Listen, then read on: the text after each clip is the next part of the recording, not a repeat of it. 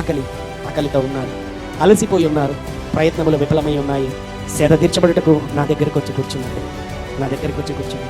పేతురుతో అంటున్నాడు కదా, పేతురు నన్ను ప్రేమిస్తున్నావా? ప్రేమిస్తున్నాను. రెండవసారి అంటున్నాడు, పేతురు నన్ను ప్రేమిస్తున్నావా? ప్రేమిస్తున్నానయ్యా. పేతురు ప్రేమిస్తున్నావా? నీకే తెలుసు ప్రభువా. సో ఎవ్రీవన్ హియర్ ఇంక్లూడింగ్ మీ, అందరిలోనూ యేసయ్య అంటే ప్రేమ ఉందండి. యేసయ్య అంటే ప్రేమ ఉంది, లోపల ఉంది.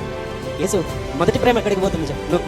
మనం దేవుని దగ్గరికి వచ్చినప్పుడు ఎంత ప్రేమించాము ఆయన, ఎంత ఆసక్తితో ఆయన దగ్గరికి వచ్చాము, ఎంత సమయం ఆయనతో గడుపుతుంది, ఎంత ఎక్కువ సమయం బైబిల్ చదువుతుంది, ఎంత ఎక్కువగా ప్రార్థన చేసుకుంటుంది.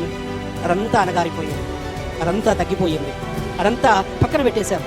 ఏంటంటే జీవన సంబంధమైనటువంటి వ్యాపారములు, లోకాశ, శరీరాశ, నేత్రాశ, జీవకుటుంబము, లోక సంబంధమైనటువంటి కుటుంబాలు, వ్యాపారములు, పరిస్థితులు, దేవుడు అవన్నీ మనకు ఆశీర్వదించాడు. వాటిని పట్టుకుని వెళ్ళిపోతుంటున్నాం. అందుకనే దేవుడు అంటున్నాడు, ప్రేమిస్తున్నావా? ప్రశ్న, ప్రేమిస్తున్నావా? ఆయన సన్నిధిని ప్రేమిస్తున్నావా? దేవుని సన్నిధిని ప్రేమిస్తే నీకు కావలసినదంతా నిన్ను వెంబడిస్తుంది.